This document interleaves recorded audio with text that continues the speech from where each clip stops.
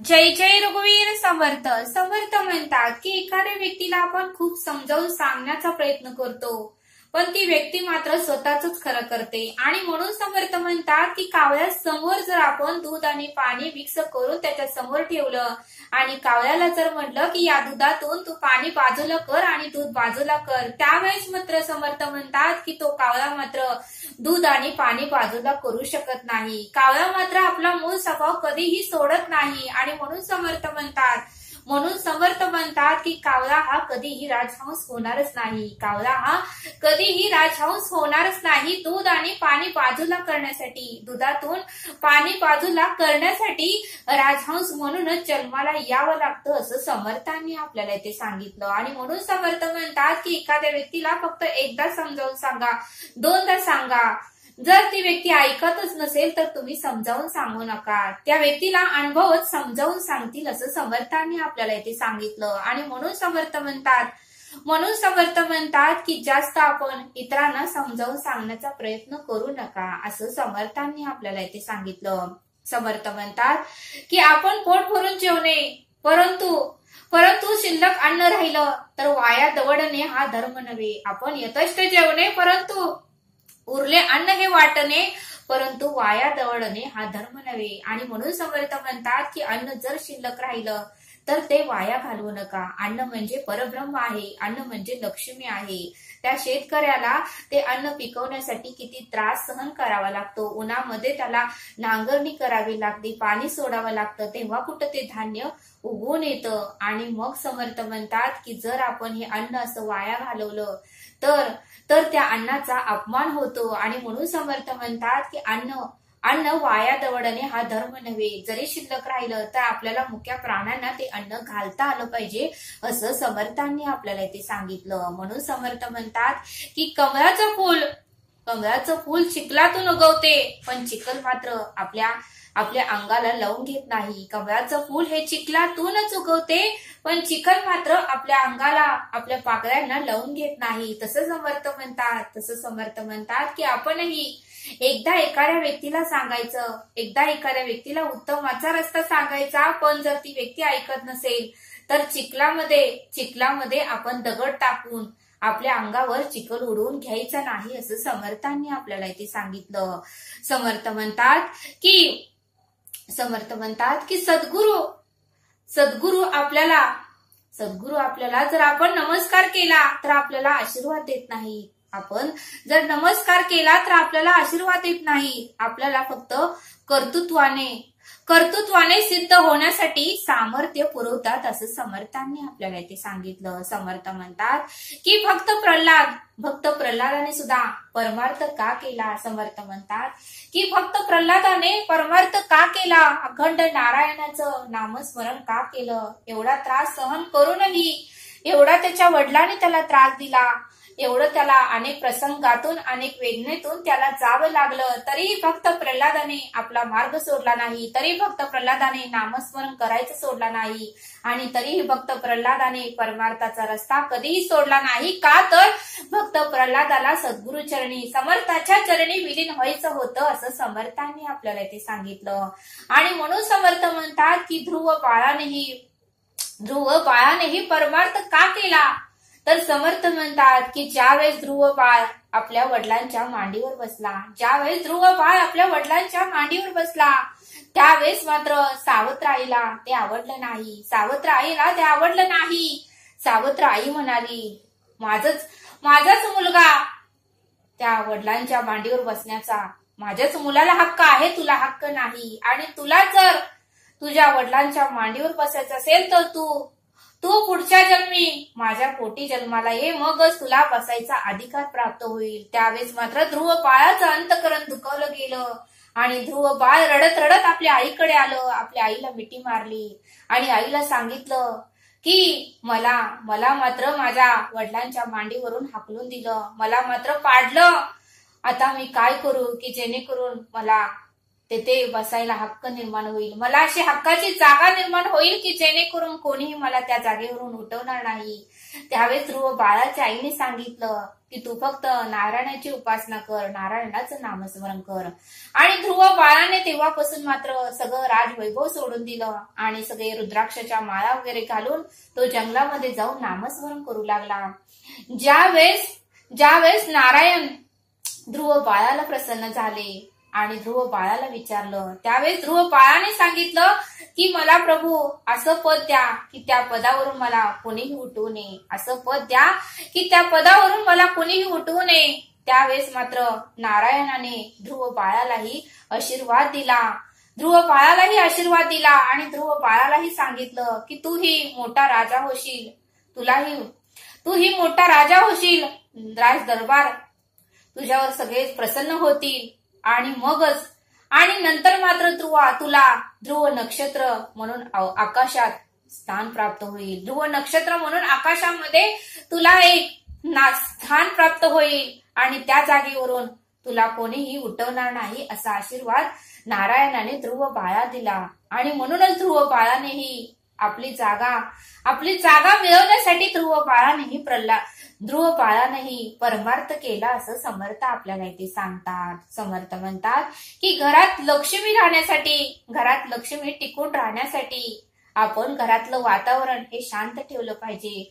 घरामध्ये कोणत्याही मोठ्या आवाजात बोलू नका, घरामध्ये वाद घालू नका, घरामध्ये भांडण तंटा करू नका, घरामध्ये क्रोध जास्त करू नका, तरच ती लक्ष्मी आपल्या घरामध्ये सदैव नांदते, असं समर्थांनी आपल्याला इथे सांगितलं.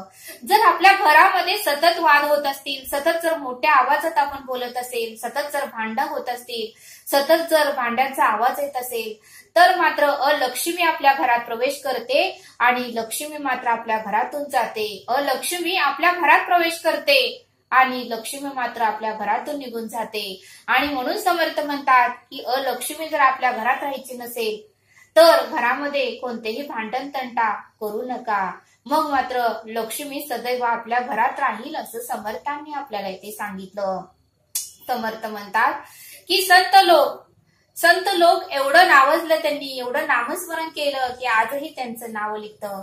समर्थ म्हणतात की देहू गावाला गेल्यानंतर लोक तुकारामाच्या पाया पडत नाहीत, तर देहू गावाला गेल्यावर लोक तुकारामाच्या घराला पाया पडतात. कारण संत तुकारामांनी आपल्या घरालाच मंदिर बनवलं होतं. संत तुकारामांनीच विठ्ठलाची आणि त्या रुक्मिणीची मूर्ती ठेवून घरामध्येच अखंड नामस्मरण करून घरालाच मंदिर बनवलं होतं. आणि म्हणूनच लोक देहूला गेल्यावर संत तुकारामाच्या पाया पडायच्या ऐवजी संत तुकारामाच्या घराच्या पाया पडतात, असं समर्थांनी आपल्याला इथे सांगितलं.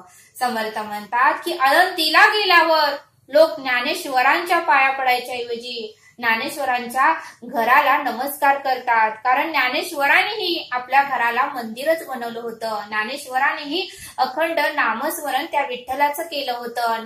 ज्ञानेश्वरांनीही घरामध्ये विठ्ठलाच्या मूर्तीची पूजा केली होती. आणि म्हणूनच समर्थ म्हणतात की आळंदीला जरी लोक गेलं तरी ज्ञानेश्वराच्या पाया पडायच्या ऐवजी अगोदर ज्ञानेश्वरांच्या घराला पाया पडतात, कारण त्यांनी घरच मंदिर बनवलं होतं, असं समर्थांनी आपल्याला ते सांगितलं. आणि म्हणून समर्थ म्हणतात की आपल्यालाही आपलं घर मंदिर बनवण्यासाठी घरातलं वातावरण ही उत्तम असलं पाहिजे, असं समर्थ आपल्याला इथे सांगतात. आणि म्हणून समर्थ म्हणतात की जेथे समर्थ आहे, जेथे सद्गुरूंचं नामस्मरण आहे, तेथे आनंदच आहे, असं समर्थांनी आपल्याला इथे सांगितलं. आणि म्हणूनच समर्थ म्हणतात की सद्गुरूंची कृपादृष्टी जेथे असेल, सद्गुरूंची कृपासृष्टी तेने होय आनंदाची सृष्टी, तेने सर्व आनंदमय होय, असं समर्थांनी आपल्याला इथे सांगितलं. आणि म्हणून समर्थ म्हणतात की संसारामध्ये त्रास वेदना आणि दुःखच आहे. संसारात त्रास वेदना आणि दुःखच आहे हे मात्र आपल्याला अगोदर माहिती नव्हतं, पण ज्यावेळेस सद्गुरूंनी आपल्याला निरूपणामध्ये सांगितलं त्यावेळेस आपल्याला कळालं की संसारामध्ये त्रास दुःख आणि वेदनाच आहे. संसारामध्ये सुख थोडं सुद्धा नाही, असं समर्थांनी आपल्याला इथे सांगितलं. आणि म्हणून समर्थ म्हणतात की ज्या व्यक्तीला 5 वर्षामध्ये परमार्थ मिळाला, 10 वर्षामध्ये परमार्थ मिळाला, 15 वर्षामध्ये परमार्थ मिळाला, 20 वयामध्ये परमार्थ मिळाला, ते दास म्हणजे जगी धन्य दास सर्वोत्तमाचे आहे. त्यांना उत्तमाचं किती लहान वयामध्ये परमार्थ मिळाला. खरंच त्यांची गेल्या जन्माची पुण्याई होती आणि म्हणूनच त्यांना एवढ्या लवकर परमार्थ मिळाला, एवढ्या लवकर सद्गुरूंचं श्रवण मिळालं, एवढ्या लवकर सद्गुरूंचे चरण भेटले असं समर्थांनी आपल्याला इथे सांगितलं. आणि म्हणून समर्थ म्हणतात की काय करा ते आता करा, जाती घडी सार्थक साधा असं समर्थांनी आपल्याला इथे सांगितलं. आणि म्हणून समर्थ म्हणतात की इतरांचं दुःख जाणून घ्यायचा प्रयत्न करा आणि जेवढं कमी करता येईल तेवढं कमी करा. तहानलेला पाणी द्या आणि भुकेलेल्या अन्न द्या आणि जे निवस्त्र आहे ज्यांना कपडेच नाहीत त्यांना कपडे द्या असं समर्थांनी आपल्याला इथे सांगितलं.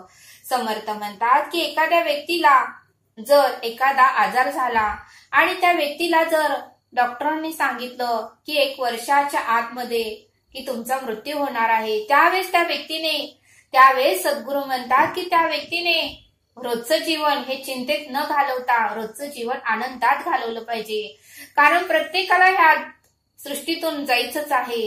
त्या व्यक्तीला मात्र डॉक्टरांनी सांगितलं पण आपल्यालाही कधी तर जायचं आहे. त्या व्यक्तीला जर तारीख माहिती नसलीच असती तर ती व्यक्ती ही आनंदाने रोज जगलीच असती. जसं आपल्याला तारीख माहिती नाही म्हणून आपण आनंदाने जगतो, पण त्या व्यक्तीला डॉक्टरांनी तारीख सांगितली म्हणून ती व्यक्ती चिंतित राहते. तसं समर्थ म्हणतात की जरी डॉक्टरांनी सांगितलं की वर्षभरात तुमचा मृत्यू होणार आहे तरीही आपण प्रत्येक दिवस हा आनंदात आणि हसत खेळतच घालवलं पाहिजे असं समर्थांनी आपल्याला इथे सांगितलं. समर्थ आपल्याला एक बोध सांगतात. समर्थ म्हणतात की एका शेतकऱ्याचं घड्याळ हरवलं होतं, एका शेतकऱ्याचं गोडाऊनमध्ये घड्याळ हरवलं होतं. त्यावेळेस तो शेतकरी सगळीकडे घड्याळ शोधू लागला पण त्या शेतकऱ्याला मात्र घड्याळ सापडेना. त्यावेळेस त्या शेतकऱ्यांनी शेजारीच खेळत असणाऱ्या मुलांना बोलवलं आणि मुलांना सांगितलं की मी तुम्हाला बक्षीस देतो आणि तुम्ही माझं घड्याळ शोधून द्या. त्यावेळेस मुलांनाही आनंद झाला आणि मुलं ही घड्याळ शोधू लागले पण कोणालाही त्या शेतकऱ्याचं घड्याळ सापडलंच नाही. त्यावेळेस मात्र एक असा हुशार मुलगा तेथे आला आणि तो शेतकऱ्याला म्हणाला की मी तुमचं घड्याळ शोधून देतो. त्यावेळेस तो शेतकरी म्हणाला एवढे 10-15 मुलांनी घड्याळ शोधलं पण त्यांना सापडलं नाही आणि तू आता आलायस तुला तर काय सापडणार. त्यावेळेस त्या मुलाने त्या शेतकऱ्याला विनंती केली की तुम्ही फक्त मला एक संधी देऊन बघा आणि सगळेजण बाहेरच थांबा, मी गोडाऊन मध्ये जातो आणि घड्याळ शोधून आणतो. त्यावेळेस सगळ्यांना बाहेर थांबायला सांगितलं आणि तो मुलगा एकटाच गोडाऊन मध्ये गेला. त्यावेळेस फक्त तो मुलगा 10 मिनिटं असं शांत त्या गोडाऊन मध्ये बसला. त्याने गोडाऊनचा दरवाजा लावला आणि 10 मिनिटं शांत गोडाऊन मध्ये बसला आणि त्या घड्याळाचा आवाज टिक टिक टिक असं त्या मुलाच्या कानावर आलं. त्यावेळेस ज्या दिशेने त्या घड्याळाचा आवाज येत होता त्या दिशेनेच तो मुलगा गेला आणि त्या मुलाने ते घड्याळ शोधून काढलं आणि त्या शेतकऱ्याच्या हातात दिलं. आणि ज्यावेळेस त्या शेतकऱ्याच्या हातात दिलं त्यावेळेस त्या शेतकऱ्यालाही खूप आनंद झाला आणि तो म्हणाला आम्ही एवढा वेळ घड्याळ शोधतोय पण आम्हाला मिळालं नाही, तुला कसं मिळालं. त्यावेळेस तो मुलगा म्हणाला मी काहीच केलं नाही, मी जमिनीवर शांत बसून राहिलो आणि ऐकू लागलो. त्या शांततेत मला घड्याळाचं टिक टिक ऐकू आली आणि मी त्या दिशेने शोधू लागलो आणि मला घड्याळ सापडलं. मग समर्थ म्हणतात की या बोधाचं तात्पर्य असंच आहे की शांत मन हे त्रासलेल्या मनापेक्षा चांगला विचार करू शकतो. शांत मन हे त्रासलेल्या मनापेक्षा चांगला विचार करू शकतो. आणि म्हणून समर्थ म्हणतात की तुमच्या मनाला रोज काही क्षणासाठी तरी शांतता द्या, तुमच्या मनाला रोज काही क्षणासाठी तरी शांतता द्या आणि मग पहा तुमच्या अपेक्षेप्रमाणे तीक्ष्णपणे काम करून तुमचं आमचं जीवन हे मन आनंदित करेल असं समर्थांनी आपल्याला या बोधाचं तात्पर्य सांगितलं. तरी आता आपण येथेच थांबूया. धन्यवाद. जय सद्गुरू.